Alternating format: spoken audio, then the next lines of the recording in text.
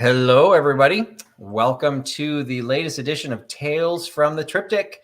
This is Trusty. I always feel like I should maybe have a little scary voice, like the Tales from the Crypt or something to go along with this. But no spookiness going on tonight. We're doing Tales from Rookwood Pottery, which, you twisted a little bit. There's some pretty cool, scary looking pottery that Rookwood has done, but no horror voices tonight. So Trusty's at the wheel tonight. So thank you for joining my channel for tonight's chat. I will be talking about Rookwood Pottery. And of course, joining me for this week's edition of Tales from the Triptych is the rest of the Triptych. Got Nate and Katie are both in the chat.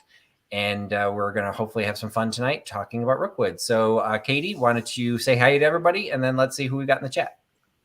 Hey guys, I'm so glad to be a part of this tale on Rookwood Pottery. It is so great having Patrick driving. And we have Deb Sherman, Brian Hance joining, Chad, Shop Retro Days, and Daniel coming in. So lots of great folks joining us in the chat tonight. This is going to be such a very interesting triptych. Nate, who else are you seeing in the chat? I am seeing Katie. Berkeley girl Katie is also here. Hello, everyone. Nice to be here again. Hi, Chad. Hi, Daniel. Deb. Sandy's here too. For Sandy's Lilacs. Hello, Sandy. Well, thanks everybody for joining, and thank you, Katie and Nate. And Nate, hope you're breathing easier. You drove last week, and for anyone who had not caught any of the deep dives, we are rotating. So this one, obviously, you're on my channel, so you found it. But last week's was on English Silver, and that was hosted and driven by Nate. So you'll need to go to Soul Nate to subscribe to his channel, and you can find the silver video, which is taken down due to a possible copyright issue, which was resolved, and it is now back up. So if you missed it, make sure you go back to Soul Nate's channel. You can find the silver. And then the previous was on Katie's channel, Vintage and Vinyl, and she was talking about Petroliana. So this is the newest triptych and Tales from Triptych, and we're telling the tale of Rookwood Pottery. So Rookwood Pottery has actually a really interesting backstory in many different ways. One of the most important ones is the fact the company was founded in 1880, and it was founded by a woman, Maria Longworth Nichols Storer. And although that is significant in itself, you're in the 19th century and you have a company run by a woman, but as we look at the history books, it's actually the first American manufacturing company, possibly the first, but definitely one of the first that was founded by a woman.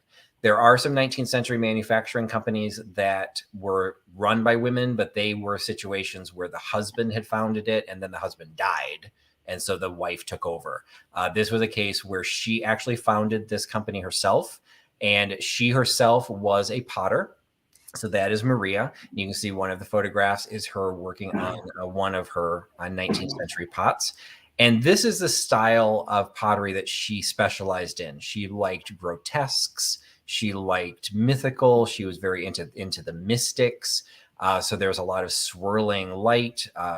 You can actually see some dimensionality on these. This is obviously an old photograph, but there's a close-up of not of those pots, but something similar. You can see, just like what's really cool, the way that fish net is draped across the pot. You can see in the black and white, that fish net was done in gold. So just look at just how cool this is. And think that this is 1880s. So this is in the heart of the aesthetic movement. So you've got a little bit of the Asian motifs coming in. So you can see kind of the almost like the bamboo leaf type, palm frond type Asian styles coming in. There's even a tiny little turtle down there at the bottom. She was taking some of the heights of that aesthetic and bringing it into American pottery, because her goal at the time was really to create an American art pottery manufacturer to rival what was common in Europe and then also in Asia. Because I did a little bit of digging. I'm using a lot of references. I want to give credit, and I'll talk about it at the end as well. But Bob Batchelor wrote a great book on Rookwood that came out last year. And so I'm doing a lot of the notes come from his research. But I did some additional research that just to kind of figure out, well, what else was going on in American art pottery. And if you think of turn of the century, art pottery, first, you don't typically come across things that look like this. Some of the pieces that they're manufacturing, but you think of things, at least in my mind, some of the names that I researched, Gruby pottery. Well, that wasn't until 1894. Marblehead was 1904. Newcomb was 1895.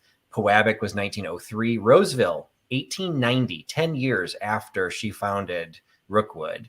Tico was 1899. Vagbriggle was 1901. The only art potter that I could find that predated Rookwood was actually Weller. So Weller pottery was founded in 1872.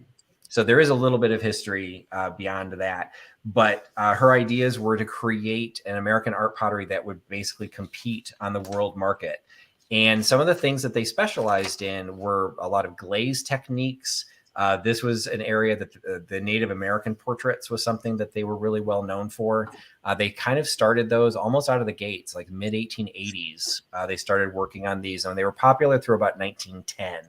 And Grace Young, William McDonald, and Olga Geneva Reed were some of the prolific producers. This one happens to be Matt Daly. The artists behind some of the pots are really what's going to dictate some of the prices. And I will go into pricing later, but it's worth noting that in the beginning, she did have the philosophy that she wanted to make American art pottery. She wanted to make beautiful pottery that was affordable, but they didn't always focus on affordability. So some of this was very expensive at the start. So you've got this Native American portrait pottery, the tiger eye.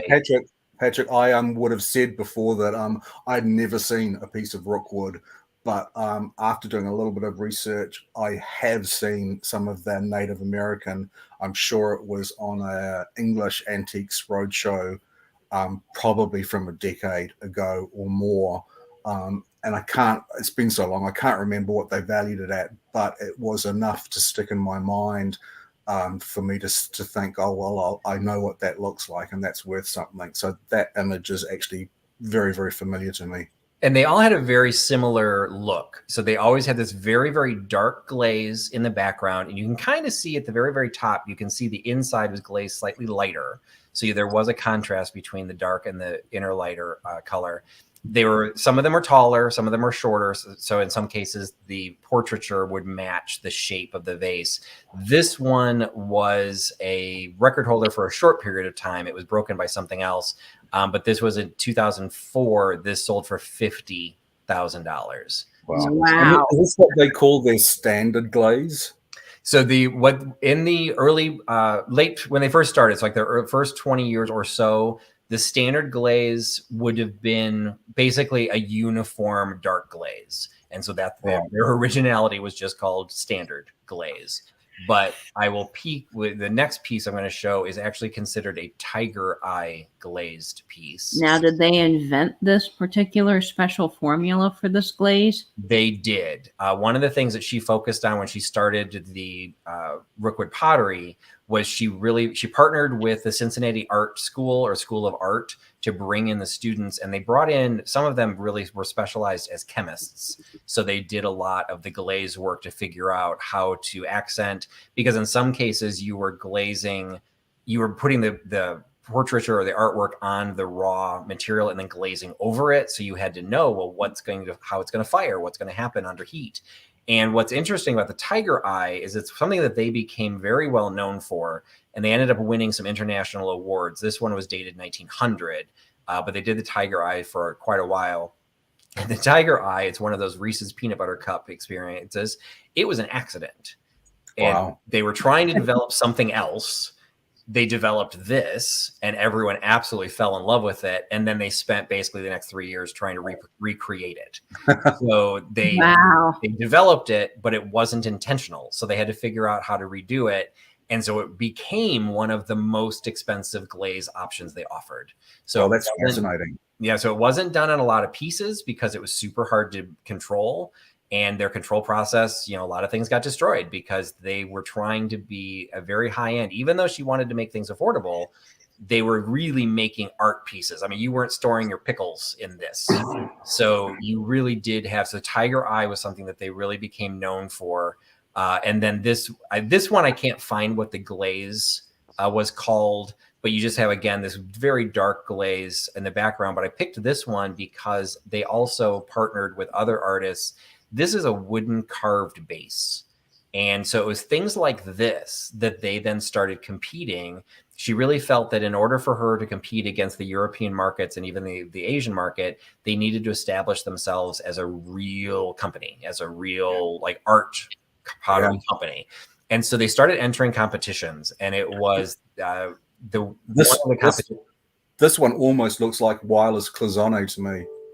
Oh yeah, good point. Yeah, and a lot of cases, that's what they were kind of trying to replicate. They knew what the American public liked. Now there is also like the underlying issue. We have to kind of think back in our history books. What was America like in the late 1800s?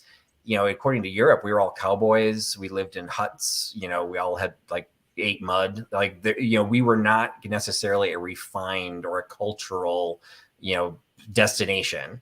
And she really wanted to change that. So they used what was popular in, European and Asian techniques, and they actually participated in the 1889 Paris Expo. Yes, the expo that gave us the Eiffel Tower, and they won. So wow. They actually won the gold medal. They'd been in business for less than 10 years, freaked the heck out of every porcelain and pottery making company in the world, because no company should have been able to win this after being in business for only 10 years. So Patrick, that previous piece was that, did you say earlier to me that was the piece that currently holds the record for being the most expensive? No, I will share that one later. That one, because this one is believed to have been displayed at the expo. That other one I do not believe was. Now, I'm just amazed at how thin that rim is. Coming from a background of pottery myself, I'm always fascinated by those thin rims because they're very, very hard to do. And you also figure, I couldn't find measurements on this one, but just, using some common sense, to have this much detail in a bird base, that's probably 8 inches right there. And so this is probably a 16-inch vase. You've got a fairly monumental size vase on a pretty substantial base. That's basically that, and that tiger glaze is what helped them win. So they basically came out of that. This was in their marketing. The fact that they took the gold medal from the Paris Expo was in their marketing for decades because it was such a big deal. The base almost makes it for me. I just can't believe how intricate that carving is. I would have thought it was cast bronze. I totally agree. It's just one of those cases where they also knew where to partner to figure out, like, okay, how are people going to put this in their homes? And, they're going to want to be able to display it. So it's not monumental enough. Let's put it on a massive base. That's exceptional. It really is. So they were focusing a lot on decorative arts. That is really kind of how Rookwood came about. And these I'll just say, I'll go into more of their contemporary stuff, obviously, as we go along. You're not going to come across stuff like this very often because they were extremely expensive at the time. These are all in museums. And the fact when they won the Paris Exposition, every piece they had on display, I think they sent something like 80 pieces. So it wasn't like one piece won the gold. It's like they won it as a company. And so after they won it, every single piece they took over there got sold. It was bought by collectors in Europe. It was bought by museums in Europe. It was bought by competing companies saying, how the heck did you do this? I want to bring your glaze.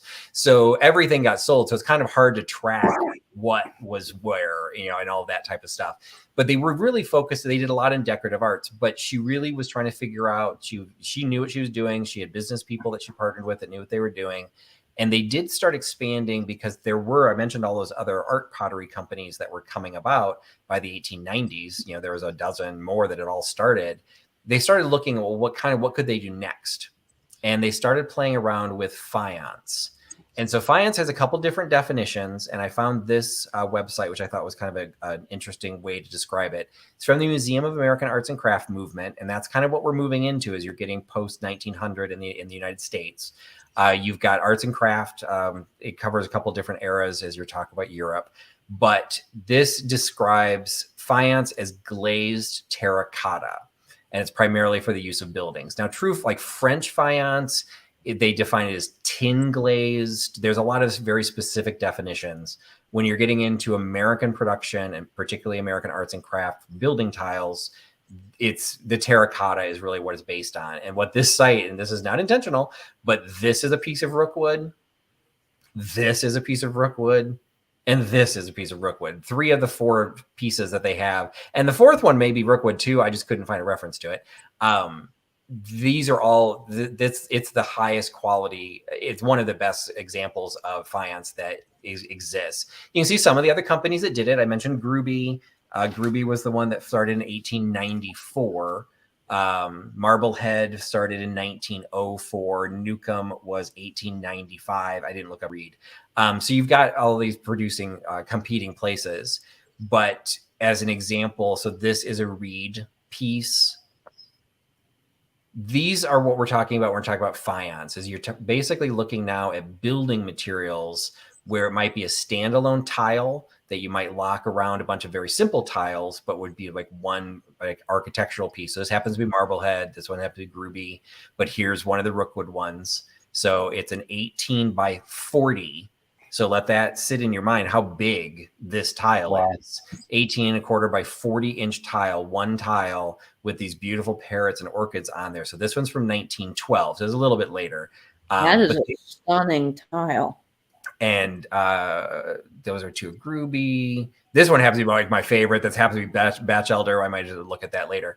And then another Gruby. So the pieces at the top were the other examples. But so faience is really what they started playing around with in 1890s. And then what ended up happening was they opened up a sales office. My fellow hucksters, they opened up a sales office in New York City.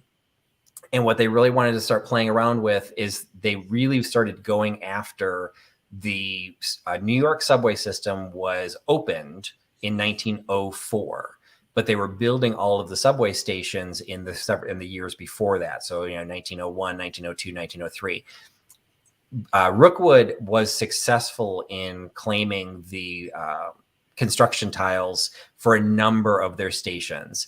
I couldn't find if all of them were ever done in Rookwood. I don't think they were, because I found some examples that referenced other types of tiles. So if you see a tiled subway, some of them still exist. They're not always going to be Rookwood, but there are some installations that, from the very early days. So again, they'd only been playing around with this for like 5 years, and they win this contract to do the subways.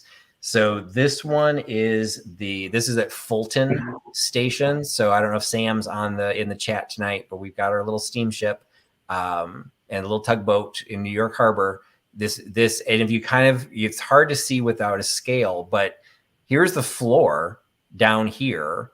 And so you figure this is probably an 8 or a 10-inch, set of stone at the base. This is probably 8 feet tall. Wow. This is a massive installation. You figure, actually, if you figure each one of these tiles is probably 12 inches. So you got 1, 2, 3, 4, 5, 6, 7, 8, 9, 10, 11. You're probably about 11 feet wide. Wow. That they've created all out of tile. So this is really what they were still doing the decorative arts. They were doing the vases. They were doing all those beautiful pieces, but they really were starting to move into, and this was giving them that public recognition, because now suddenly you could be a New Yorker that has never heard of Cincinnati, let alone Rookwood. And suddenly you're walking by this beautiful tile installation, and you'll start knowing the Rookwood name. So they covered the gamut, because New York was trying to make each of their stations a little bit different. So Canal Street was just a traditional mosaic. This one is interesting, because there's another station in New York City that's closed down called City Hall, and it's known for its Art Deco design. And I'm wondering if any Rookwood pottery is in it. I desperately tried to prove that it was, because it is the most beautiful station. It is closed. It was where the very first subway actually ever left, was that City Hall station. And there's a plaque commemorating that. The problem with it was built on a curve, and it could only hold the station platform could only handle 5 cars. And within about 15 years, the subway station subways had become so popular, they moved to a standard 10-car station. The station couldn't fit them. And so you could only do local trains and smaller trains, and it actually closed in 1945. That's actually Richardsonian Romanesque, and I believe they are glass tiles. So I do not believe, I found one reference that they were Italian. So I didn't include it on this one, but I'd love to be proven wrong, because the pictures of that are beautiful, and you can still tour that station. I wish I had it up. I had it up earlier because I was researching it, but I don't have it now. You can actually take tours of that, not during COVID, but you can take tours of the station because it still exists. This is the 33rd Street station. So again, check this one out. This is one big tile surrounded by these little tiles. Now this is up in the air. So this is probably, maybe this is like 4 foot by 4 foot. Like, this is still a massive tile. And then this one is Astor Place. So we seem to have some trend that people wanted ships in their early 20th century subway station. I don't think I want water in my subway. That would freak me out. But, so this, again, you've got, this is on a curve. So you can see the Rookwood tiles go off in both directions. And then you've got this beautiful universal piece here in the middle. What happened next was that the subway opened in 1904. Also in 1904 was the St. Louis World's Fair. They also won a gold medal at the St. Louis World's Fair, but this time for their faience work. So once that happened, they were able to start expanding some of and plus they had that New York contract. So they started expanding into home architecture. So you had fireplace tiles.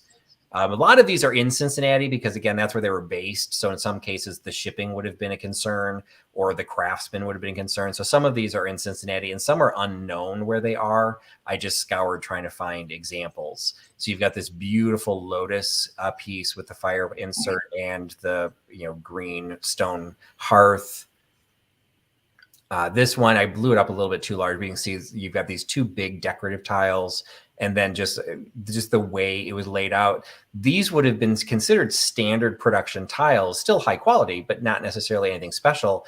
So this fireplace was probably a middle-class home, because it really would have been expensive, would have been this piece and this piece. So you're really only buying 2 pieces of jewelry to go on a fairly standard fireplace. So they were trying to own up to Maria's philosophy of trying to be for everybody. Because they did have some of that production tile. This one, probably not for everybody. This is one that I couldn't figure out where this is based, but it's got to be a public structure, because you can see at the very, very top, you can see the very bottom of that. That's a balcony, a very large balcony. So I'm assuming this was a hotel of some sort, but I couldn't find any other references to this. But even look the way this was all Rookwood, and look at how they made it look like boulders. They just did the jagged edge, and they gave this fireplace just the most unique aspect. And I don't know if the floor tile was theirs. The reference I only found was the fireplace. So I'm not sure if this mosaic floor would include that or not. Yeah. That looks huge. That makes the fire screen look quite diminutive. And yeah, you're right. You probably figure skill-wise, this is probably from the bottom of this column to the floor, that's probably 10 feet. So this has got to be at least a 12-foot wide, probably 8-foot tall, again, installation, all out of tile. The scale of that's amazing. This was actually in a home, and it's actually been relocated and is now in the Rookwood factory in their showroom. So it is possible to architectural salvage tiles. And unfortunately, that wasn't always common. Not everyone always saw value to it. And unfortunately, a lot of the examples I'm going to show have been lost to time because the buildings they were in were destroyed. So all of that was 1904. And then what they did in 1907, which I thought worthy of note, is they actually created a mail order catalog. And they weren't the first people to do a mail order catalog. I did a little bit of research on that too. So Montgomery Ward's did a catalog in 1872. So the concept of catalogs had been around for a while. Sears was 1888, and Spiegel was probably the most recent. That was 1905. But what Rookwood did, which was pretty much one of the first, if not the first, was to create a mail order catalog. It wasn't just, hey, buy a shirt, or hey, buy a washing machine, or buy a sewing machine. It wasn't like, hey, let's just buy one item. This was, hey, look at what we can do to help you build your house. So the idea would be they were putting this in the hands of, again, most likely affluent households to say, hey, you're looking to redo your home? Check out some of these cool tiles. Show our tiles to your architect and make sure they get incorporated. So it really was kind of a cutting edge concept to introduce the idea that a homeowner had that kind of level of control in building their finished product. So these are just a couple of the pages, and you can see they did both individual standalone tiles, but then they also did these panoramic tiles where it could be 2, could be 3, could be 4, where you could take this design and you could say, hey, you know what? This is 2 feet wide. My mantle is 8 feet wide. Make that 8 feet long. And so they would actually create it in a way that it wouldn't just be the same tiles. These were basically almost custom done, that they could just keep going and make you the length of the tile that you needed, or at least come close to it so that you'd have that size. So there's just some beautiful pieces in that. And then that kind of opened up, more opportunities, and it got them into some. I'm curious if any of those catalogs still exist and how expensive they would be. I have not found any for sale online. I did find that one online from an archive standpoint, that somebody had scanned it and made the pages available, to which I'm very grateful. But to actually find the catalog, they probably exist, but I would have imagined they'd be pretty rare, because I can't imagine they could have sold, like, you wouldn't have shipped that to every house. It wouldn't have been like a Sears catalog. But yeah, I wonder if those exist. And I'm sorry, I should give time. Does anyone have any questions, or anybody saying anything in the chat they want to see in more detail? I don't see any questions coming in the chat, but lots of interesting comments about how beautiful these pieces are. Awesome. I was just typing in the chat now to feel free to ask questions. Yeah. And, I'll try and breathe so that Nate and Katie can interrupt me.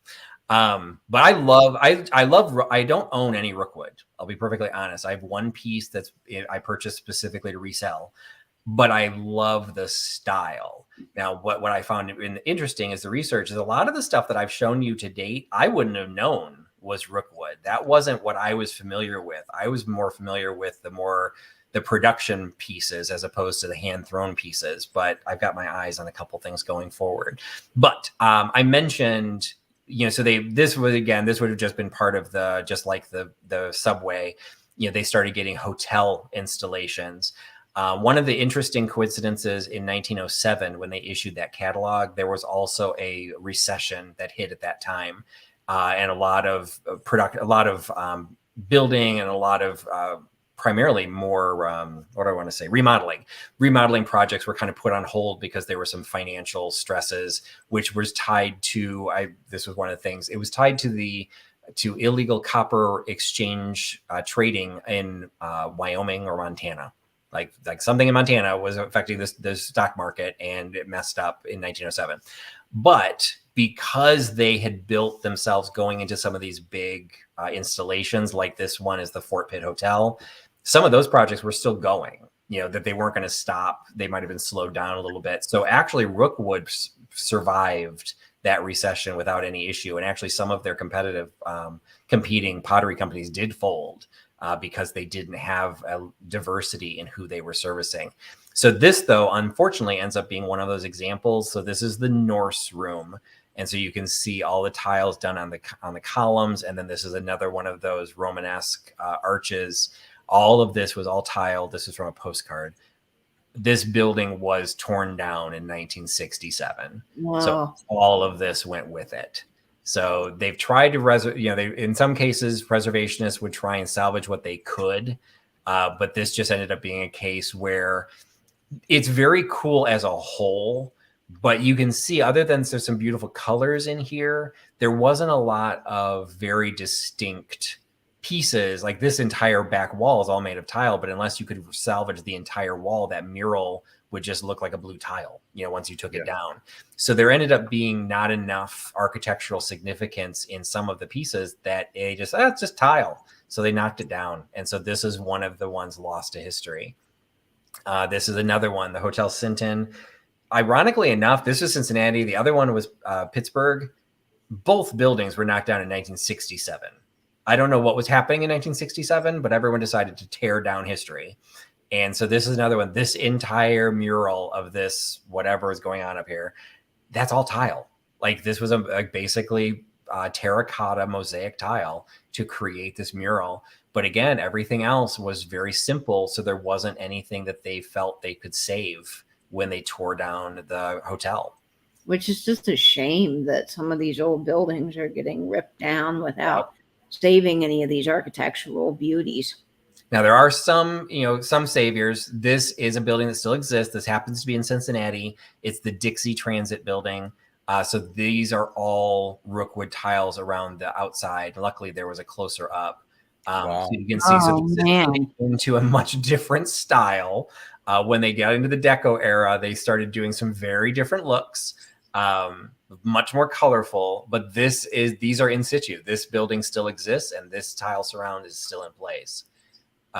Similarly, this I couldn't figure out where this specific building is. It's a Carnegie Library.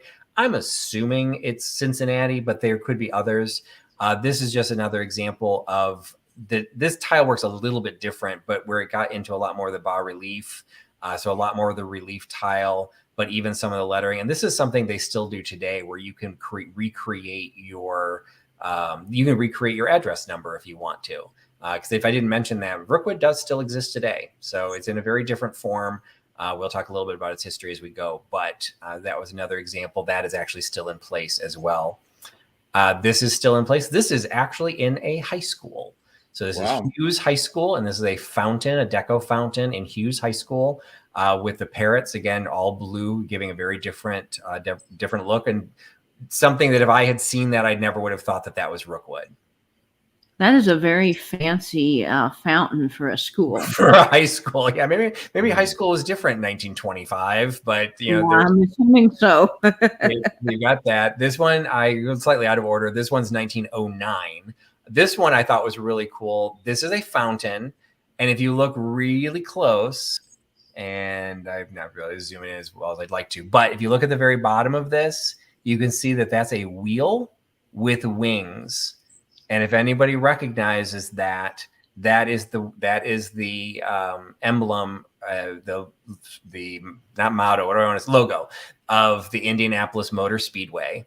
So where the Indianapolis 500 is done, they actually have a 1909 Rookwood fountain with a 3-dimensional tire with wings coming out of it. That's still in place, which I think is awesome. Because no offense, but I wouldn't have thought the Indianapolis Motor Speedway would be the place that would have recognized and saved a Rookwood installation. We've got an interesting comment coming in from Chad. He said he went to the university in Cincinnati, and they have some great installations still there. And that Dixie building is amazing in person. And then Tim was mentioning from Teofane that a lot of buildings, sometimes whole neighborhoods, were demolished in Canada to make way for projects meant to celebrate the centenary in 1967. Oh, I can't imagine we would have done that here. But yeah, Expo 67 was, that was, I remember, in Montreal. I just wonder if, like, financially, if there had been a recession in the early 60s and then maybe in 67 it was recovering. So they wanted to do a bunch of building plans, so they were getting rid of the old stuff. Yeah, I'm sure there's some there. I literally thought I had it wrong in my notes. I had to go back and look. I'm like, wait a minute, these both couldn't have been torn down in the same year. They're in 2 totally different states. And it turned out, they were both torn down in 1967. So I don't know if that was just maybe a time of building or regeneration or rejuvenation in Pittsburgh and in can't remember where the other one was, but in Cincinnati. Maybe it had its time, but it's unfortunate. So this one though is still in place. And then this is my favorite. So this one you'll have to hopefully you'll be able to hear it okay. This is actually a video, and it's of one of the largest remaining installations of Rookwood pottery in the world. He makes a couple of claims that are incorrect, so I'm not going to swear that everything he's saying is true, but you'll see it. The scale is definitely there. And I think it's been protected because it also, unlike some of the other ones, the details in some of the architecture is very specific, that even if this building were to get torn down, I think the bulk of this would get saved. So here's the video. Hopefully you'll let me know, Katie and Nate, if you have problems hearing it. Yeah, we'll do.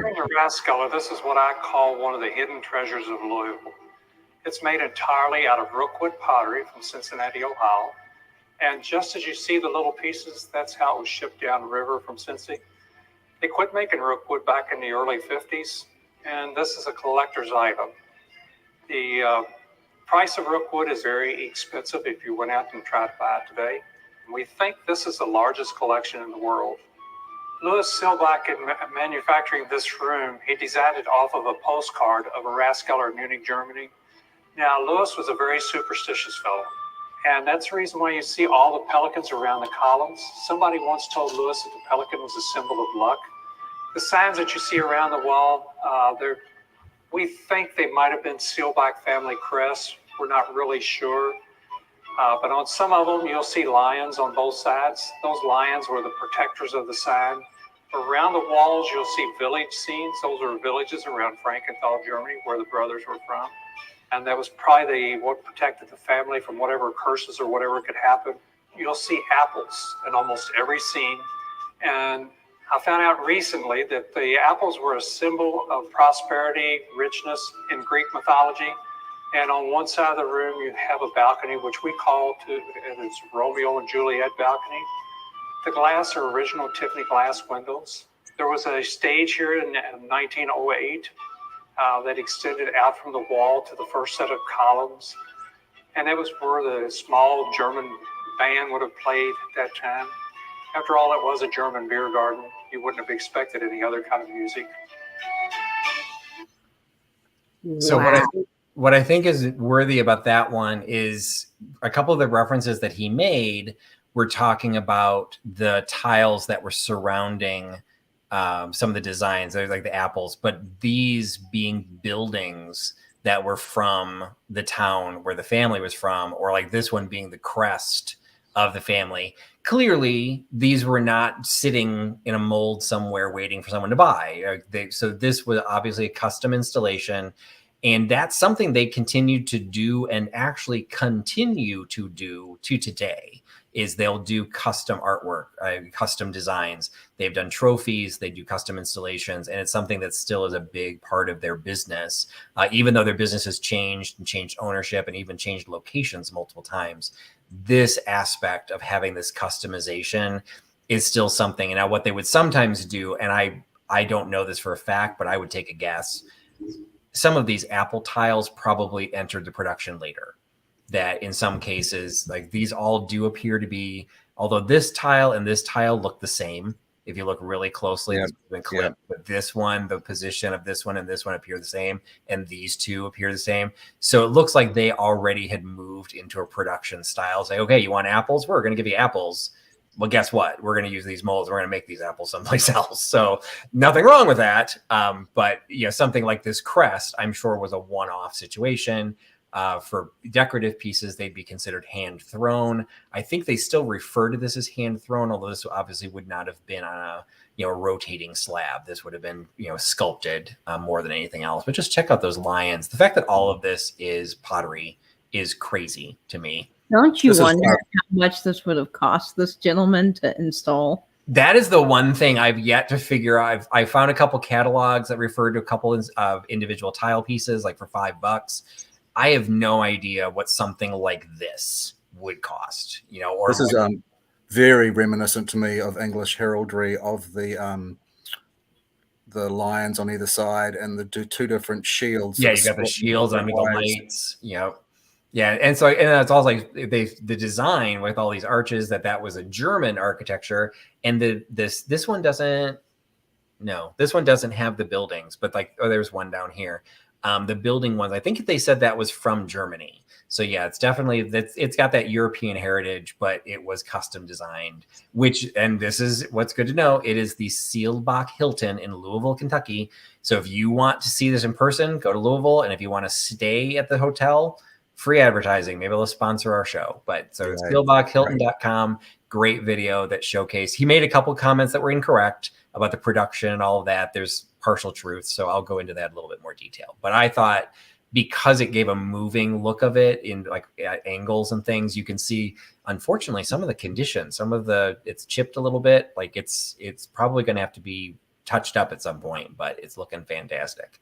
And Hilton has a line of hotels, for all of you that don't know, here in the States, that they take old buildings like this and architectural places, and they'll turn them into their fancier line of hotels. And of course, you can stay at one of their hotels, Union Station, in St. Louis, which was an old train station. So Hilton does a great thing with some of their hotels.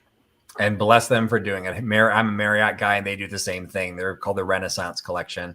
I think Hilton calls it the Autograph Collection. So you can definitely, and there's also Historic Hotels of America is a great organization, and you can find a lot of these types of hotels to stay in as well. But this one just happens to be, he claims it's one of the largest. I don't have any reason to doubt him based on the research I've done, but I've never found anything that proved that this was the largest installation remaining. But this, as he said, the balcony that he was talking about, which a Juliet balcony would never hold an Oompa band, but it's was 1908. They continued to do this into the Deco. The tiles were a little out of order, so this is another Deco installation. This is also still in place. This is at Union Terminal, and so you can see again the brightness of these tiles. Never would have assumed that these were Rookwood. So is that a cafe? Is that like cafe booths? That's exactly. They've turned it into an ice cream parlor, which I think is perfect. Oh, wow. Yeah, with those colors, it's screaming, "Make me an ice cream parlor!" But in the Deco era, this would have been popular. You know, you've got those mint greens that Scott from Old Curiosity Shop loves. You've got the contrasting yellows, and you've got them all as just dividers going through. And you've got a couple close-ups. You got the dragonfly. You know, you just have those motifs that we all get used to from Deco, but this isn't how we typically see them, and definitely not see them in anything Rookwood. These bright colors almost look garish, which I do not think of when I think of Rookwood, but they match the style. They did what was needed, and for whatever reason, Union Terminal just stuck around. So that is still there. Teophane's asking if there is a special connection between Rookwood and Cincinnati. Yes, I'm sorry. I'm glad you asked that. Thanks, Tim, because I should have mentioned it. So when it was founded by Maria Longworth Nichols Storer, she was born in Cincinnati. So it just ties to that. So she was born there. They were a philanthropic family. They were a wealthy family, you know, because let's be realistic. A woman starting a manufacturing facility in the 19th century, she wouldn't have not gotten banking funding. So it was funded by her family. Nothing wrong with that. So she is from Cincinnati. And so it has always been in Cincinnati. It did leave for a short period of time, unfortunately. And I actually, it's a good time to touch on that. The company did file for bankruptcy in 1941, and it was bought out. And it was bought and saved in the 50s. It actually moved to Mississippi, which I did not know that. So they actually produced in Mississippi for about 10 years.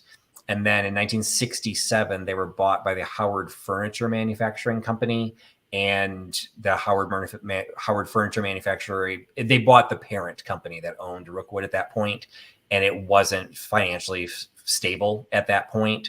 They shut it down.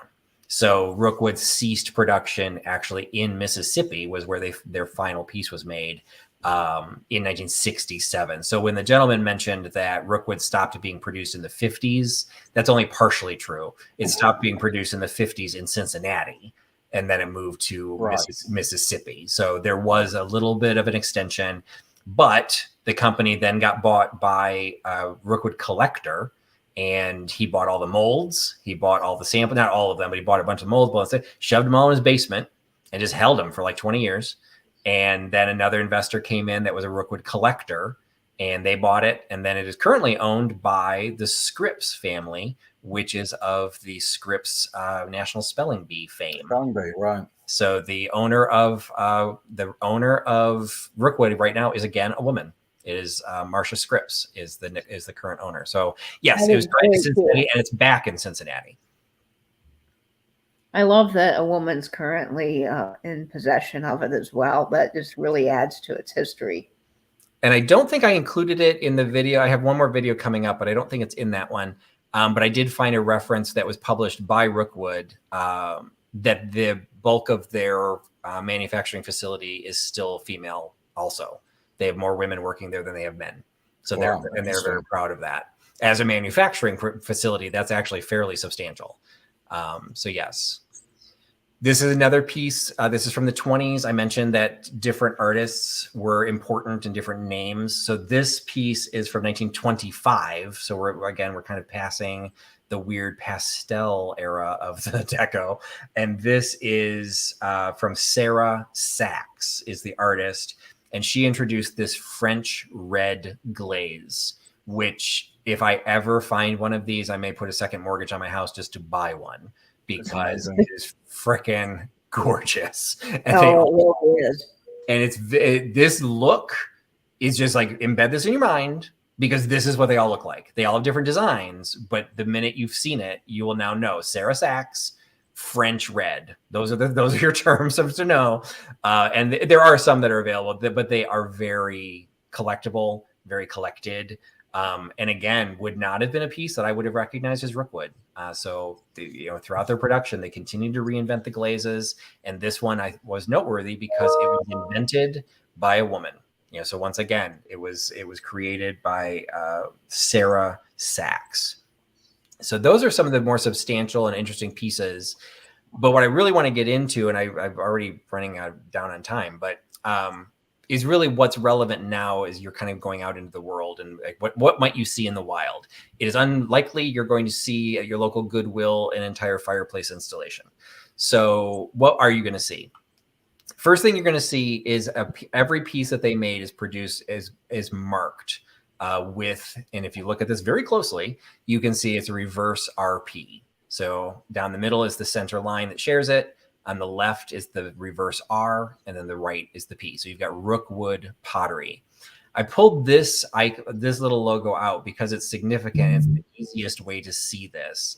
So when Maria started making pottery in 1880, they were being marked with the word Rookwood incised into it, and then the Roman numerals for the year. So from 1880 to 1886, if you are lucky enough to find a piece that was produced by Maria or any of her initial founding artists, it would only say Rookwood, and it would only have the Roman numerals. In 1886, they introduced this reverse RP. The first year, in 1886, it would have just been these initials. In 1887, they added a flame. In 1888, they added 2 flames. 89, they added 3 flames, then 4 flames, then 5 flames, and they started at the top and then they spread themselves out. So you look at this website has a really nice breakdown. This piece, everyone count, let's do our math. The symbol came out in 1896, and then we have 4 flames on the top. So we've got 97, 98, 99, or 80, I'm sorry, 80, 86, 87, 88, 89, 1900. This piece was produced in 1900. So if you come across a piece with, and what's also the reason I like showing that other logo, that doesn't look like a reverse RP to me. No, it doesn't. I felt that to me looks like a bulb of garlic. Like I would have a hairy bulb of garlic. Like what is this? It's a fish jumping out of water. I have no idea. So that's what it does. It's abstract. That's exactly. It's very, very subjective. So if you know what to look for, it's going to be really rare. Because again, we're talking about that'd be a 19th century piece. This one happens to be. This is saying circa 1900. This is actually from 1890. Because then you get into this one when it fills. So I don't remember if I just did the math right. This would be 1890. So it started 86, 1887, 1888, 1889, 1890. I think I jumped to 1900. So this is from 1890. This one you can see actually has full flames. And here's what makes this really, really confusing. And this glaze, and that's why I showed that other icon. This to me looks like a flame. It's actually the foot of the R. Of the R, right. So if you compare it, here it's very, very distinctive. Here it's much harder to determine. Yeah, it is. So you need to know how many could be on here. The most it's ever going to have is 14, because when they finished 14, if we do the math, 1886 plus 14 puts us into 1900. So if you have the RP with 14 flames and is nothing written underneath, no Roman numerals at all, that would be a 1900 piece. If it has a 1 underneath it, it'd be 1901. If it had 2 Roman numerals, it'd be 1902.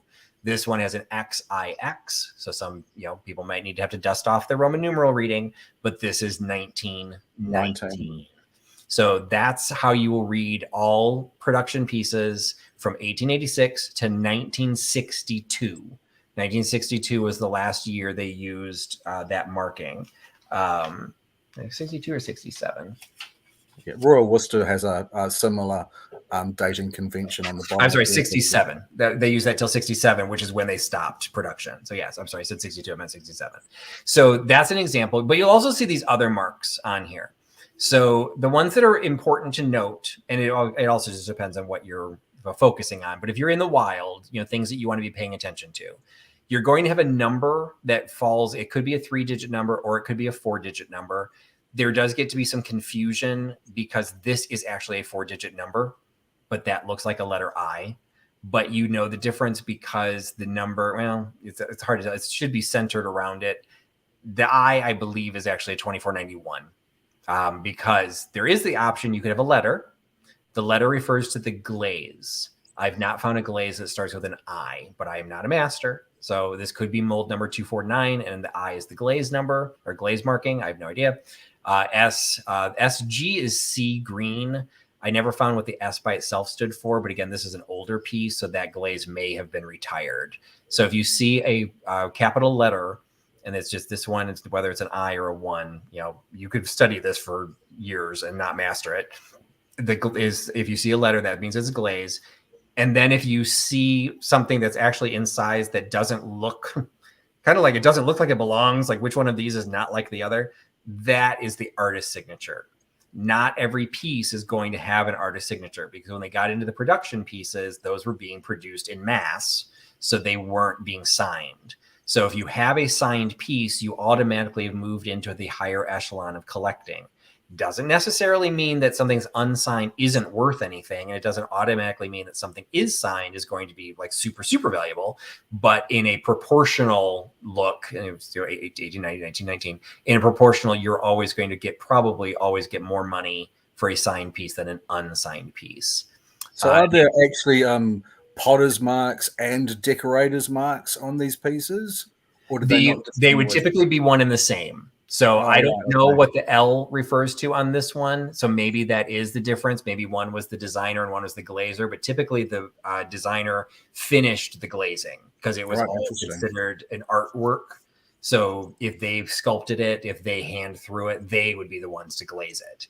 But I didn't find a reference to see like this has a line and then something else, if that's another initial or if that refers to something else.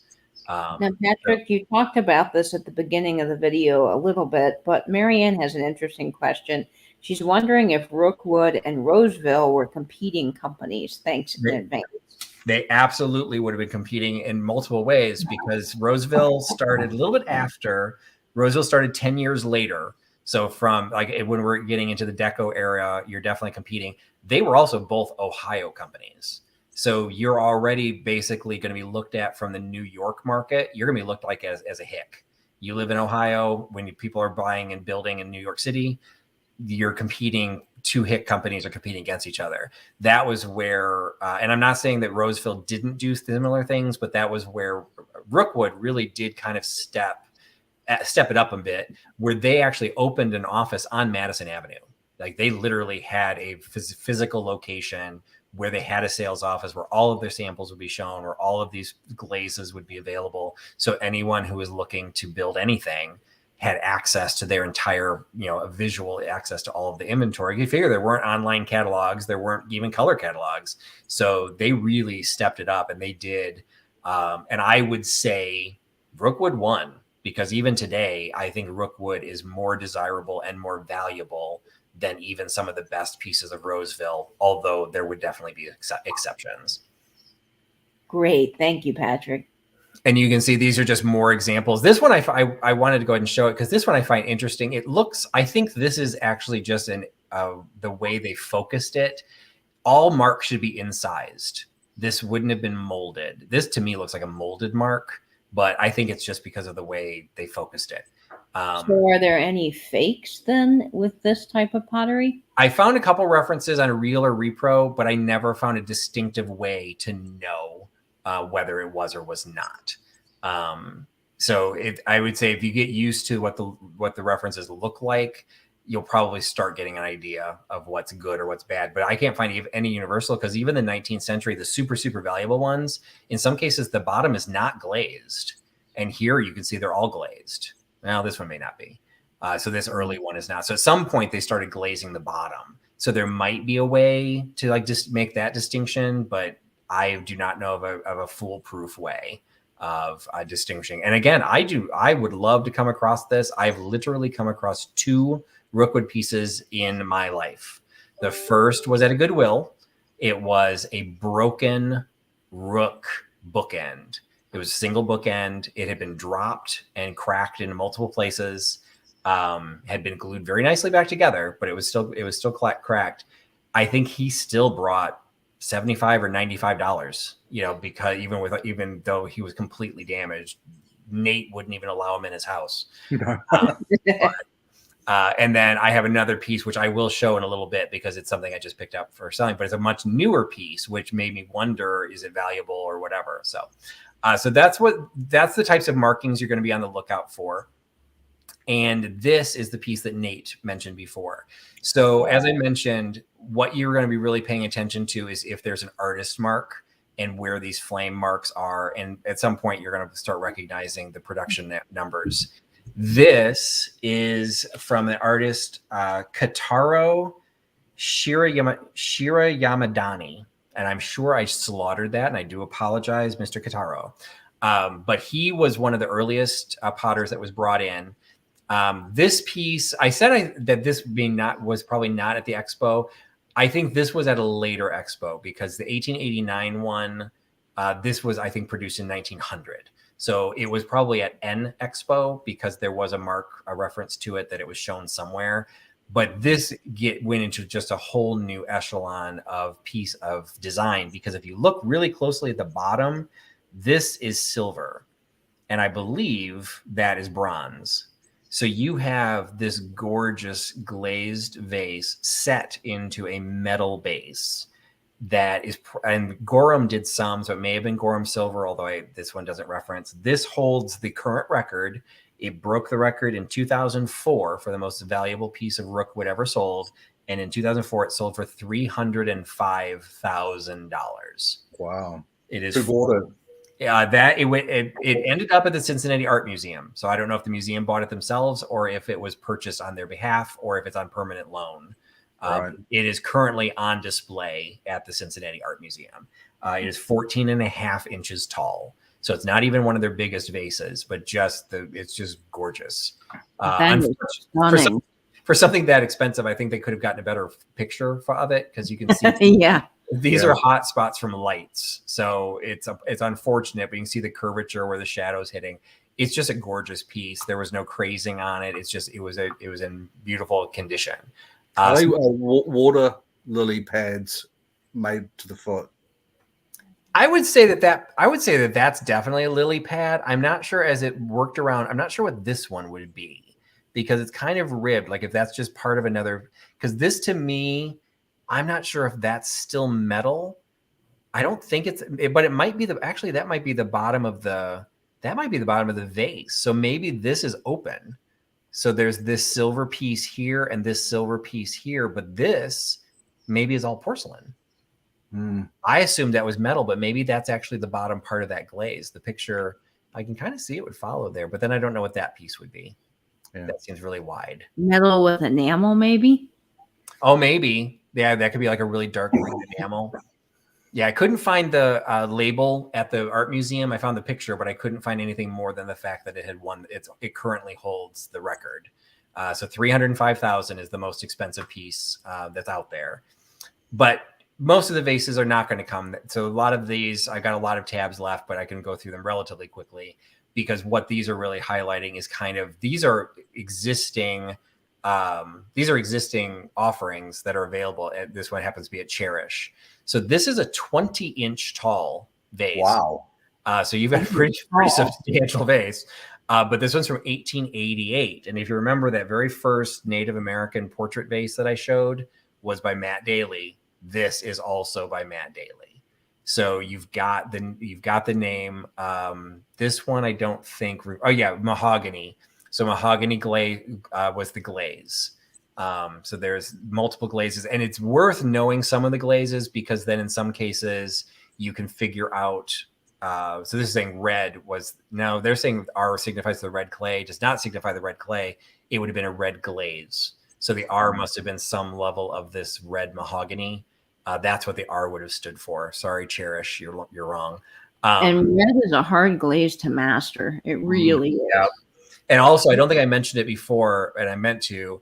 This one happens to have the letter A on it. Not all of them are going to have that, but they did list them between A and F. And the only time you would use it is if an individual piece was manufactured in multiple sizes. So A was the largest. So this 20.5-inch vase in this baluster form, this is the largest size, but there would have been other sizes, would have marked B, C, D, E, and F, that would have been the same exact shape, but would have been shorter.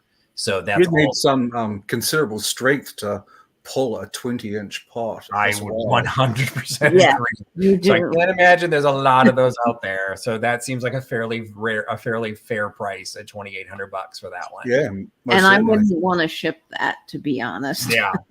This is my personal favorite. So this is Rookwood. This is a blue Macintosh rose. And this is another case where the bottom was not glazed. So this one, what I find interesting is because it does not have an artist signature. So this one is a fairly substantial piece. It would have had to have been hand painted, but I am not seeing it. And I don't know why the P is on the side. So there's a couple things about this that I can't imagine. I wouldn't imagine it's a fake, but all of the other ones that we saw in the teens were glazed. This does not have a glazed bottom, but it's from 1918. And then it does have four numbers, but then the glaze number, what would P stand for when the color is blue? Is that a reference to Charles Rene Macintosh? Yes, to me, that's a colloquial term. A Macintosh rose is a rose that's geometric like that. Yeah. I think they're technically cabbage roses, but in glass, they would consider that a cabbage rose. Yeah. But I think this is a first dib. So again, this is available. So this is $3,200. I question whether that one technically would be worth it, but what do I know? But just as a price points of comparison out there. This is freaking gorgeous. Wow. So my goodness.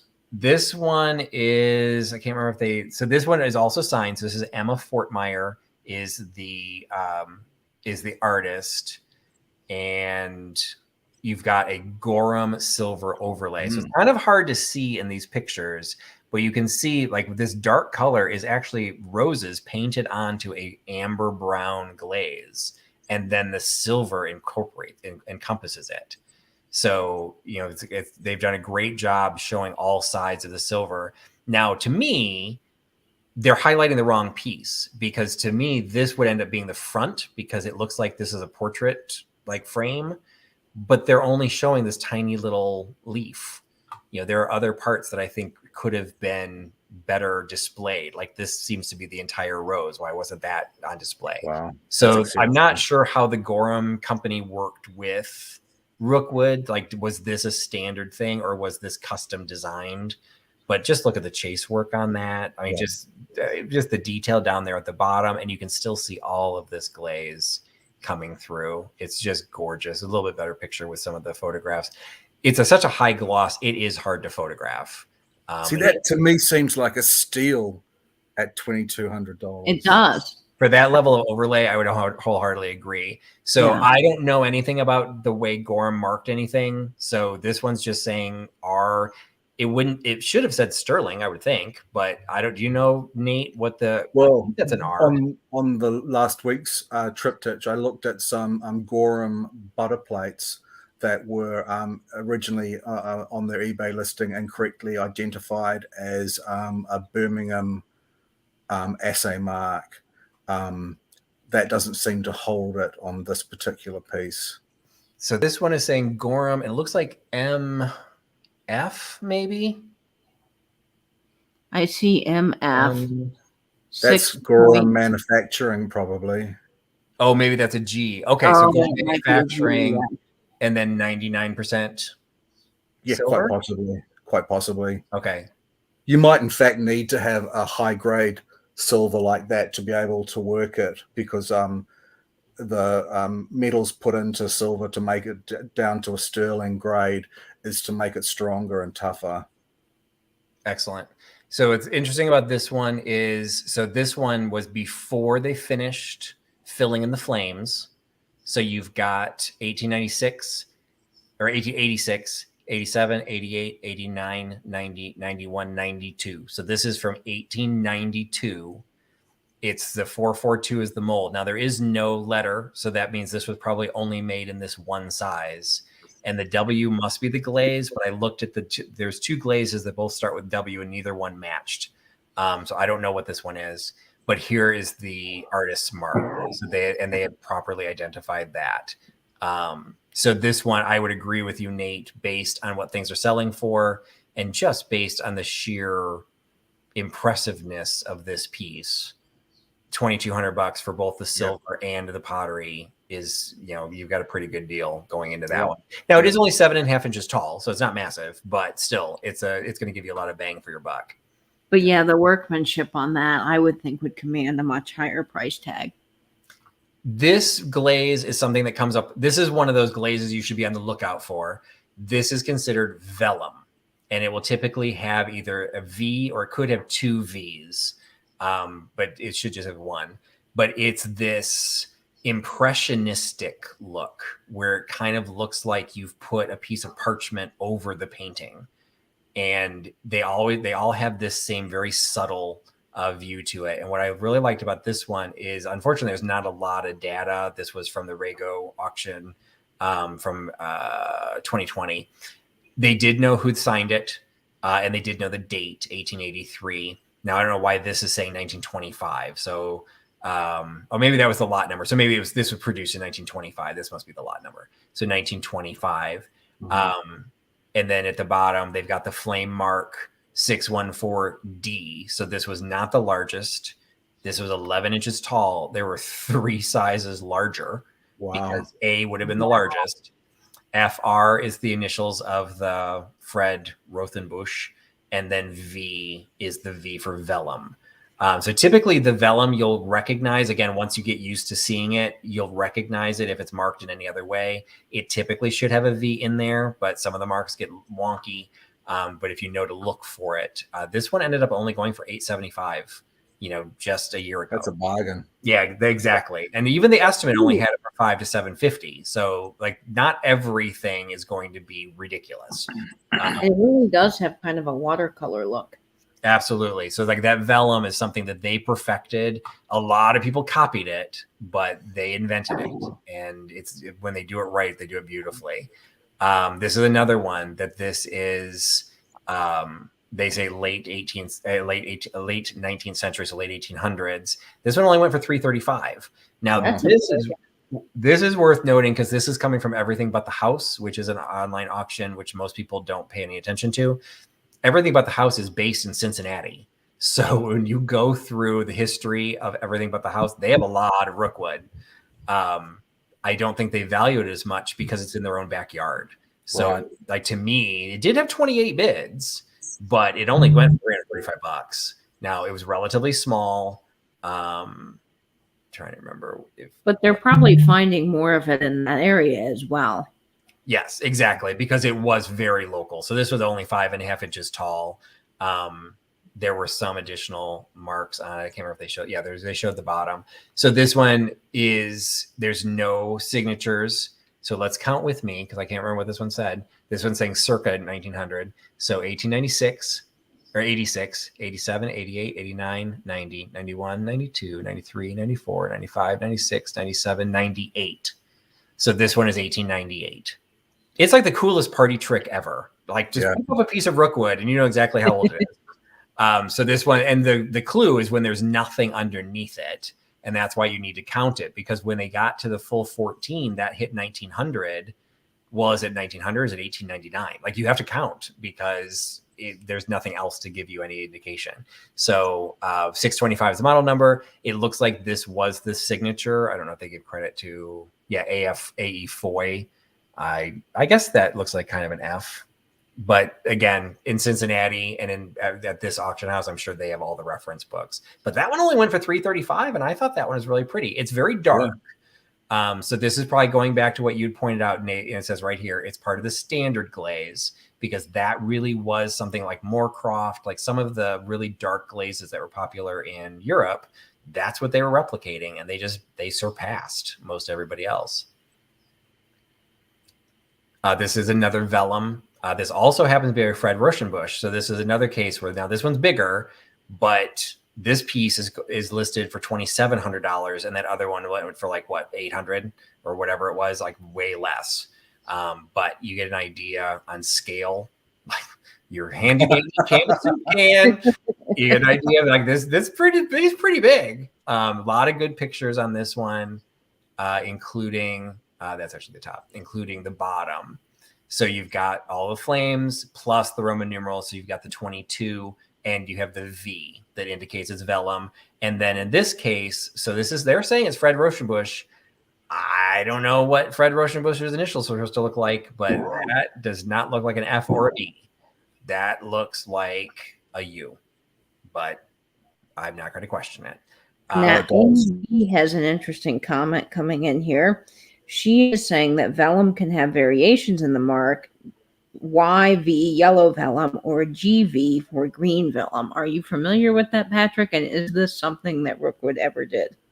I am not familiar with that. I'm not going to say they didn't do it. Like I did find one reference that there were two V's, and it was a text description, so I don't know what color it was. So maybe it was violet Vellum, or I can't think what other color would be V. So, but it did say two V's, and I didn't know why. It was a vase, but they never typically marked a vase with a V. So I don't know what two V's would have meant. So maybe they did do that. And they did mark for colors, but typically the Vellum counted as the glaze color. So it wasn't like sea green was because that was the glaze, not because it happened to be green. So Vellum is the glaze treatment. And so I don't think they would have done it in multiple colors, but that I do not know. It's an excellent question that I'm sorry I can't answer. So I mentioned, so all of the things that I've been showing to date are high end, although some of the prices were not crazy, but they were all the ones that were hand thrown and were artist signed and really did go into the higher level. When the Depression hit, they really wanted to survive it, as most places did. And so they needed to come up with a less expensive offering. And so they did things like this.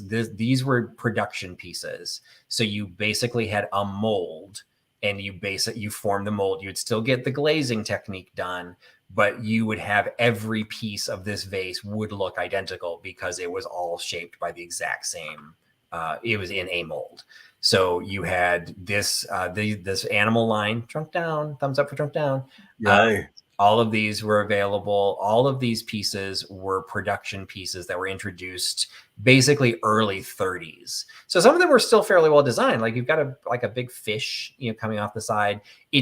They weren't hand incised. So you didn't have the extra touch, but that also meant that they were significantly less expensive. And they did survive they pretty much survived the Depression. They filed for bankruptcy in 1941. So before we entered the war, but they were selling to Europe, and in Europe, pretty much all of that market died before 1939. 1939 is where Germany invaded Poland, but other stuff was going on before that. And so they lost that whole market, which had been competitive because people were impressed and they were importing it into European museums until the war started. And in 1941, even before Pearl Harbor, they did file for bankruptcy. But this line kept them afloat for a while. And these are the pieces you'll probably find most common because they were produced in volume, and you're going to find these shapes, more often than some of the others because they're also the most recent, or some of the most recent. Do you know what sort of production numbers they were? In the thousands, the tens of thousands? I couldn't find any reference to how many they could produce. I'll show you a video in a little bit, and it shows the current kilns. So I would assume it's at least in the hundreds at a time, and then it just depended on how many times they did that. Because the kilns are basically room-sized kilns. So I just wanted to pull up Worth Point really quickly, just to kind of again show a snapshot. The most valuable stuff you're going to come across goes again back into hand-signed, hand-thrown, artist-signed pieces. For those of you who are not familiar with Worth Point takes auction history going back approximately 10 to 12 years, depending on where it comes from. And what I really like about Worth Point, particularly for things like this, is yes, it's going to capture all the eBay stuff, but it's also pulling in true auction houses. One of the images I showed earlier was from Rego. So it's pulling in Thomaston, Rego. Rego does a lot of arts and crafts, so that's why you're going to see it a lot. Cohen's. This is sorted by most expensive to cheapest. So the most expensive piece in the history of Worth Point, they don't have the super expensive one, but this happened to be an eBay sale of all places in 2018. This is a sale, not a listing. This sold for $195,000. Wow. Holy cats. And guess whose name's on it? It's Fred Rosenbusch again. So his name is like all over the place of really high end and really low end. So all I can say is the person that bought that other one for like $800 got the deal of the century, because clearly this guy was talented and had some amazing pieces. Unfortunately, the way Worth Point picks in, it doesn't have all of the auction photographs. It only has 4. So this one is not showing the bottom, but it is giving some of the information. So 1911 was what it was dated from. It had... Well, no, it can't be 1911 because it said it has 2 axes. That would have been 1920. I don't know what the 1911. That must have been the form. So yeah, it's sometimes gets a little confusing. But it was 16 inches tall and weighed 7 pounds. So pretty significant piece. And it had, though this was the one. This was the one. It had 2 V's for the Vellum glaze. So I don't know why. Like again, maybe is that violet? But I don't know if they did a color thing. It just had 2 V's. So. And 1660A, so remember it's A through F, A being the largest. So this shape, the largest they did, and it was 16. So that was the largest. So I would hand drive that to the customer. Yes, I would not be putting that into the hands of the postal system. No offense, U.S. Postal Service. This is going into Etsy. Let me go back on Worth Point. Worth Point, you can't have multiple tabs open. It resets itself, so I apologize. But I could just go back and you can see. So that seems to be an anomaly. Like that one was super high. So who knows? Maybe that was the front for a drug deal. But the next one is and this sometimes happens. This is the same piece, but it's listed 20 days apart. So clearly it's the same listing. It's just somehow when it carried over. So this tile ran for $41,000. Sold for $41,000 back in 2004. And remember, 2004 is when those records were being made for some of those other pieces. So this one is considered an iris glaze.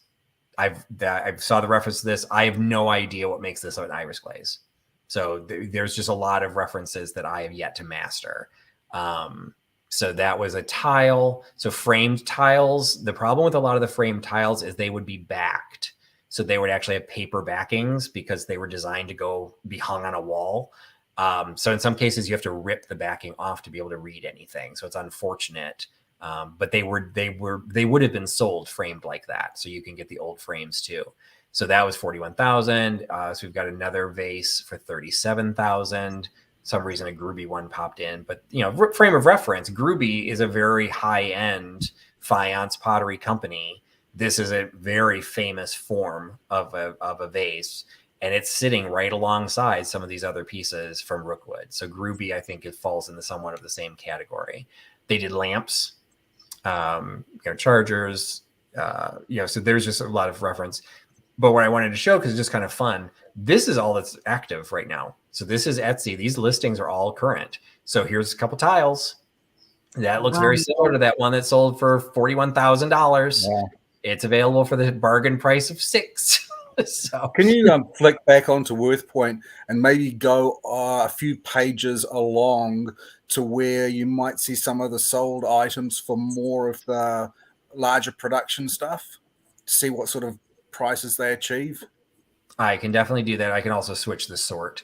So we'll sort from low to high. Those tiles are absolutely incredible. So you're gonna have some exceptions. 1897 standard glaze sold for $1. $1. Oh my gosh. Somebody was very happy at Cohen's auction house to Perhaps that was damaged. buy that for $1. I'd pay $1 for a piece of damage. Like I said, I bought that damaged bookend. So let's see I'll jump to 500 and see what that puts us at. So I would assume even with some of the damage, some of these pieces can kind of, get past the damage because they're just so unusual. Well, and the one that I had, and the reason I think it went for as much as it did was it actually was a piece from 1900. So it had the 14 flames. It drove me crazy trying to read those frickin' flames because there wasn't the Roman numerals underneath it. So I'm like, it's either 1899 or it's 1900. I couldn't tell because that R, the leg on the R was throwing me off. So this would be one of those standard pieces. So $50 for, what I'll do is instead is I will sort it by sale date. So that'll give you some idea of what's currently selling and see what, most likely you're going to come across the standard pieces. So, pair of candlesticks, $225. These would have been production pieces. Mm-hmm. And really the only way you're going to know whether, unless you research it, there's nothing special about these. There's no hand painting. There's the glaze, which that's still going to be done. It'll be by hand, but with an airbrush. But there's not like a portrait or a bird or a fish or something on there. So these would have been standard from the 20s. Now they should have a mark on there. And that's why I always find when people just say from the 20s or circa whatever, I'm like, well, you should be able to read it. Let's see. 21. So right there at a glance. So these are from 1921. So these are still pre-Depression era. So they were introduced some of this earlier than that. Because they still, again, we went back to Maria's concept, is she still wanted things to be affordable. Well, you weren't buying a Gorham, wrapped silver vase and being affordable. So we go back to see a couple other examples. Now, because Rookwood is always marked, is it possible that some people may still not know what they have and you would be able to get a good bargain on some of these pieces?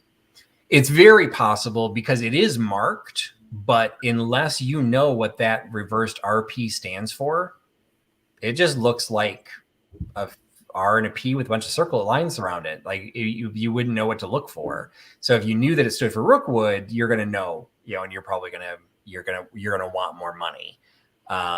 So this was an anniversary piece from the Cincinnati Scotty Friends. So this is probably much more contemporary. But this would have been a production piece, and they still do this. They have one for the hippopotamus at the Cincinnati Zoo. They put out, and I'll show range stuff. I saw those this morning. The Fiona range, I think they. The Fiona, thank you. Yeah, so this is how they marked the more recent pieces. They actually reintroduced the year. So they shut down in '67. They basically reopened in the 21st century. So once they reopened, they put the M and the M in front because that stands for 2000, little brush off for everyone's Roman numerals.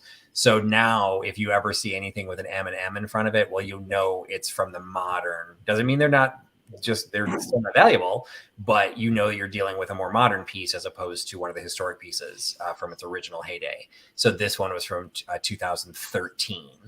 So it was 8 years old when this one sold just recently in August. And it sold for 70. Probably around the price it would have sold for based on what those Fiona ones were selling for. But so it's not everything that's going to be Rookwood is going to be expensive. And it's not going to be hard to find because as I've got coming up here, you can go to the Rookwood website and buy a piece right now. So this is just a highlight again, some of the glazes, say on the standard glaze, it just runs the gamut. And sometimes people think it's worth more.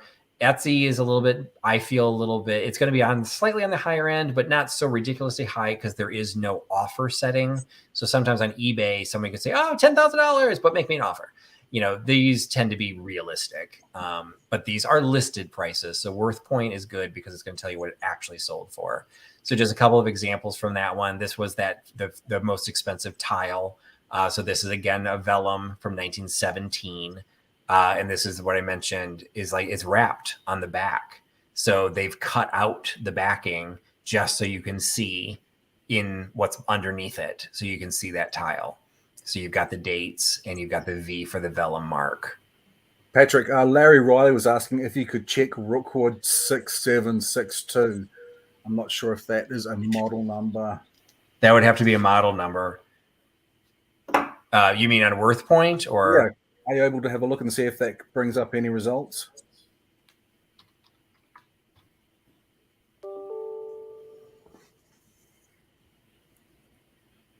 And I saw Nancy was asking how you spell the auction house, Cohen or Cohen. And I believe it showed as Cowen, Cowan. I did type that in there. So thanks. Okay. So this one is for a July 6762 with the cream color, because that's also, remember, 6762 is going to be the shape, but the glaze is going to be different. So this one happens to be cream colored, and I don't know if they have a picture. It looks like they don't have a picture of the bottom. So I don't know what glaze this would have been considered. So that's in cream. So that one was 65, but that was recent. But here's this one was in a turquoise color. That one went for 145. So you've got some variations, obviously, based on the color. I love that high gloss turquoise glaze. It's just amazing. So I'm going to try and zip through the rest of these because we're running a little long on time. So this is one of my favorites. This is actually a bowl. So again, they did do multiple shapes. So it wasn't always just vases, but they did the lamps, and this one happens to be bowl. Again, keeping it pretty simple with the marking in there. So this was 1923, the marking.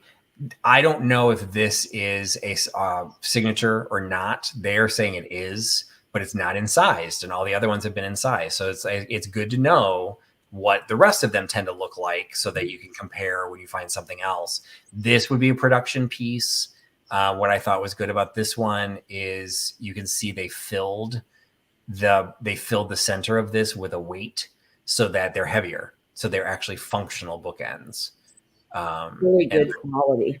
Yes. So it's just what they're doing, even though there's no special other than the standard, whatever this glaze is, they still put a lot of effort and quality into making the pieces. And so this one is 1925. So again, it's just like quick party trick. You just flip it over and you know exactly when it was done. This is a little bit different than the one that I showed you before, but the elephant, drunk down elephant, this one has a bookend as opposed to just a trinket like the other one was. And this one was worth noting because it also has the size. So this was 1931. So this is one of the styles that was done. As I showed, that other elephant was also from the 30s, but this was done as a D. So there were 3 larger sizes available from this one, but that was from 1930s. What I wanted to show really quick, and I know we're short on time, so if people want to go, they can go, but there's just some fun stuff. I only have a few tabs left. But as I mentioned, the company went through a lot of changes, the bankruptcy in 41, and then changed to a lot of individual private ownerships until it got shut down by a public company in 67 and then reopened under private ownership. They're back in Cincinnati, and this is their facility. They did this giant mural on their facility. The video is, hopefully you'll be able to hear it all. There's a couple things they'll showcase, including how the molds are done, as well as how some of the throne pieces are done, and how some of the stuff is glazed. So it's kind of a promotional video, and I've preset it. I'm not going to show the entire thing, but I wanted to show a couple of these pieces because I think it's cool to see if you're not familiar with how pottery is done. I think it's kind of cool to see what they're doing.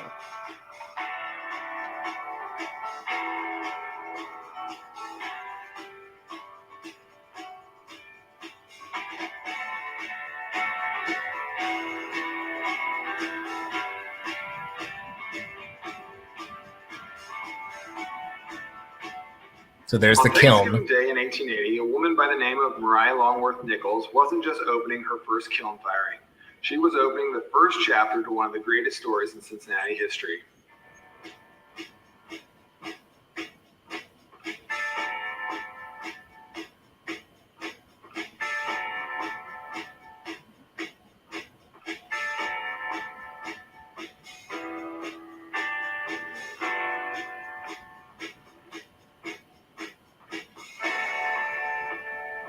At Rookwood Pottery, we're not only concerned about what we make, but also with how we make it. With attention to environmental preservation, we recycle almost 95% of our materials to ensure that our footprint is as delicate and light as the glazes that adorn our work. Oh, I love that. This is beautiful. Young and radical, Mariah and her proteges created more than just beautiful pottery. They pioneered an industry using techniques and processes that are still in use today. Empowered by heritage, Rookwood continues to balance its rich history of excellence with forward thinking and momentum that has always been at the core of Rookwood's soul.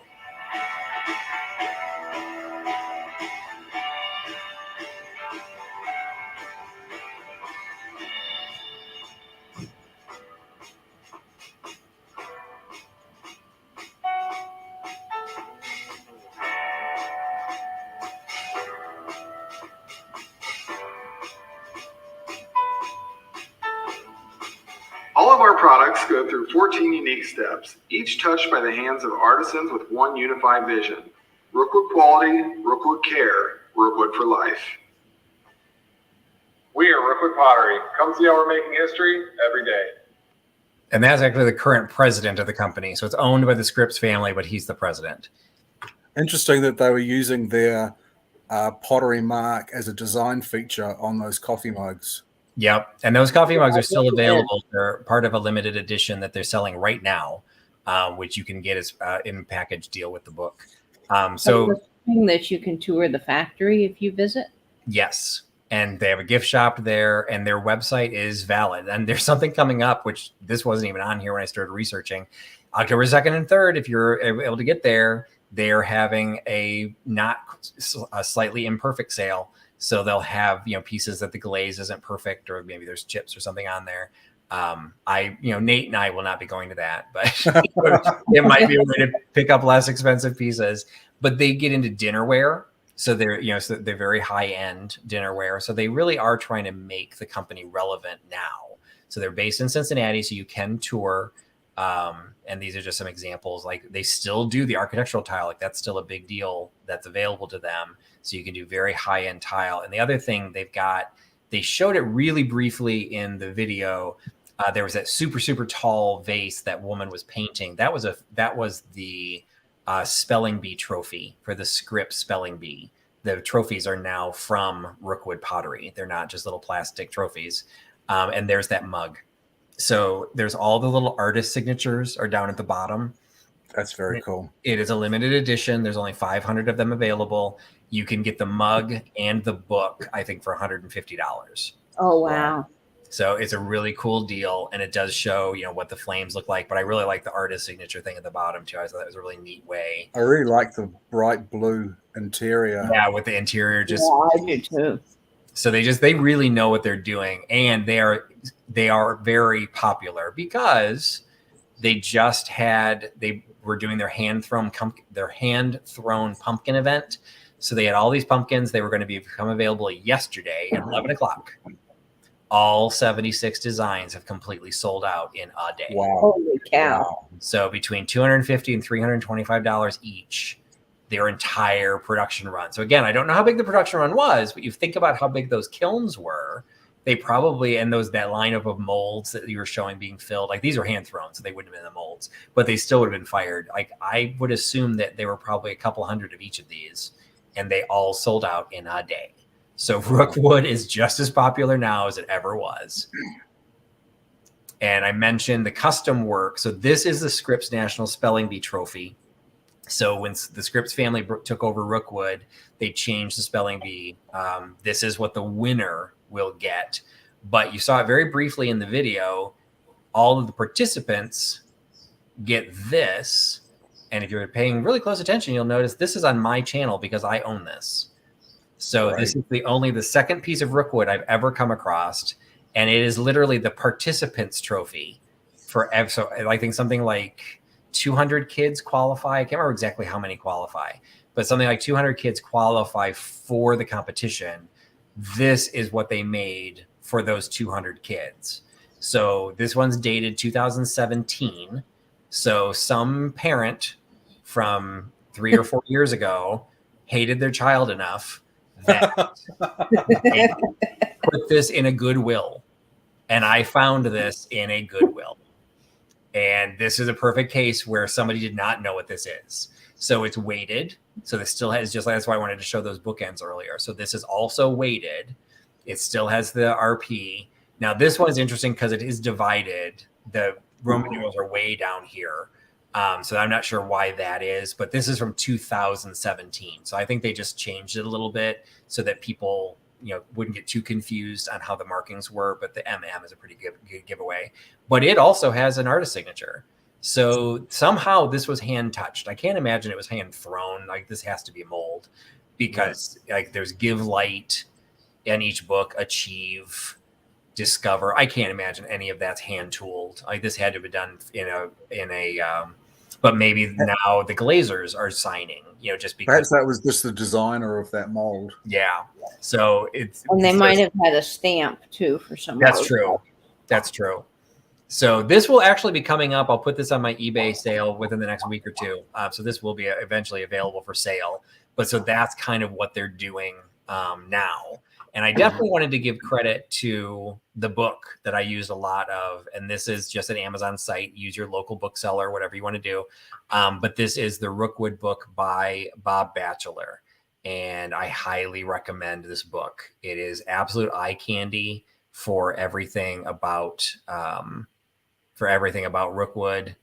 Let's see if it's showing any of the actual photographs. So you see some of the contemporary pieces, some of the historic photographs. There's that picture I showed. You get to see, there's the picture of the historic pieces. You can see how their glazes and how their pieces evolved over time.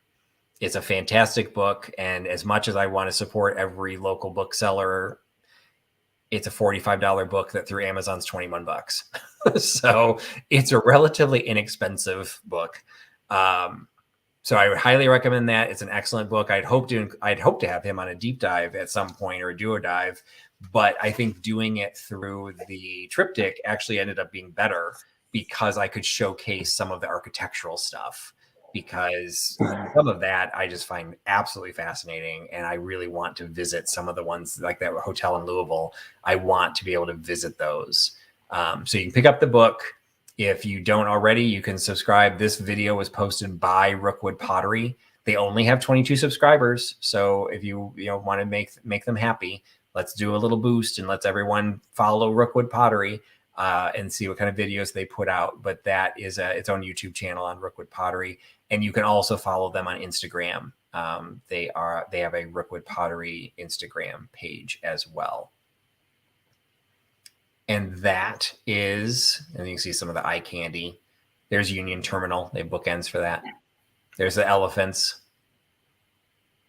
Trunk up though, sorry. There's the pumpkins. So there's where they were making the pumpkins. So here's, I don't know if that's all one design, but there's a different design back there. So they were making a lot of them and they sold out fast. And there's the mug. Look at the little baby mugs. Isn't that cute? It's like little shot glasses. So you can follow them on Instagram at Rookwood Pottery, all one word. And that is the tales from the Triptych for this evening.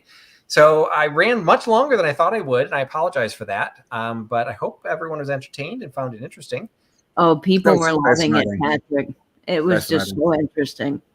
Fantastic. There was one little factoid that I discovered when I was doing some research for the upcoming Triptych, and that was that Maria Longworth Nichols decided on the name Rookwood reportedly due to the amount of rooks that were on her father's estate, and the wood was a nod to Wedgwood, which she was a huge fan of. I did find that is in the book as well, and they spelled Wedgwood wrong in the book, which I found fascinating. But there is no E in Wedgwood. There is no E in Wedgwood. Fastest way to tell fake. There is no E, and they do, like I said, the bookend that I found was basically a rook or a raven, and she liked the grotesque. Like if you go back to the inside of that book, one of the early pieces that she did that I originally was going to include, and then I trimmed for time and still ran long, was this piece.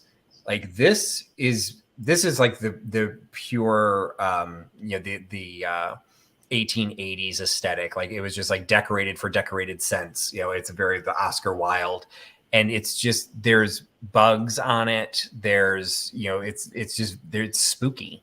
Like she really got into some of the grotesque stuff, and a lot of the artists she brought in really followed some of that. Like even the dolphin handles. Even like something as pretty as the butterfly, that's a Luna moth. Like this wasn't like, let's put this in my morning room. Like this is like, hey, we're gonna put somebody's ashes in this puppy. This is some dark, but it's gorgeous. It's just beautiful. They just did some great, dark and spooky and gloomy glazes that at a time that candlelight was all you had. It would have been really dark. It was it definitely was an aesthetic. Well, that's what the movement was called. It's called the aesthetic movement. It's like it was art for art's sake. Well, I hope people show the love and go and subscribe to their YouTube channel. I certainly will be. Yeah, I think that'd be really nice if everyone did that. It's one of those that everyone that's associated with Rookwood now, they're very invested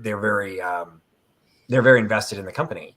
So it's like they wear the t-shirts, all that kind of stuff. It's more than just a job, because these are artists, and there aren't a lot of American art potteries left. One of the sales that happened back in the 50s, I think it was, maybe it was the one in the 60s.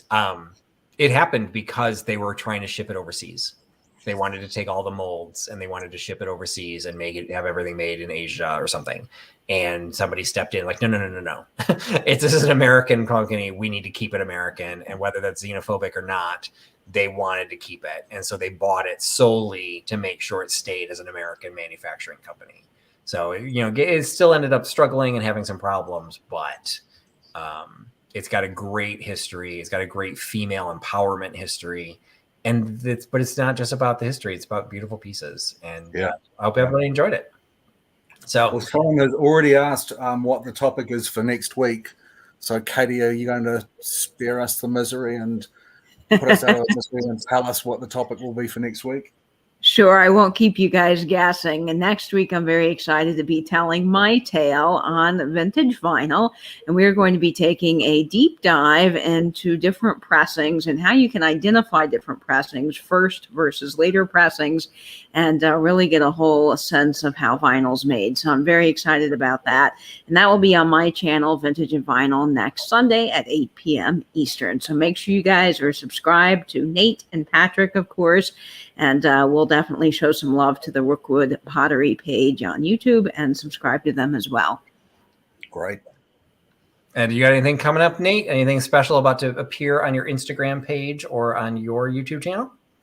I will be posting a series of photos on my Instagram for my upcoming Tales from the Triptych, and that will be a resource for identifying the bas relief designs on Wedgwood. Fantastic. Oh, wonderful, Nate. That's going to be a popular one, because to me, they all start looking the same. So the fact that we'll be able to actually identify it will be a lot of fun. So great. So definitely subscribe to Vintage and Vinyl as well as Soul Nate, both of their YouTube channels, and sign up for their announcements, their notifications for when videos go up. And we will try and be promoting those for the Tales of the Triptych. And appreciate you joining tonight's tale, and hope you enjoyed the tale of Rookwood. So thanks so much for joining me. Thanks for putting your trust in Trusty Huckster along with Soul Nate and Vintage and Vinyl. And we will all talk to you again soon. Bye, everybody. Bye, everyone. friends. Thank you for coming.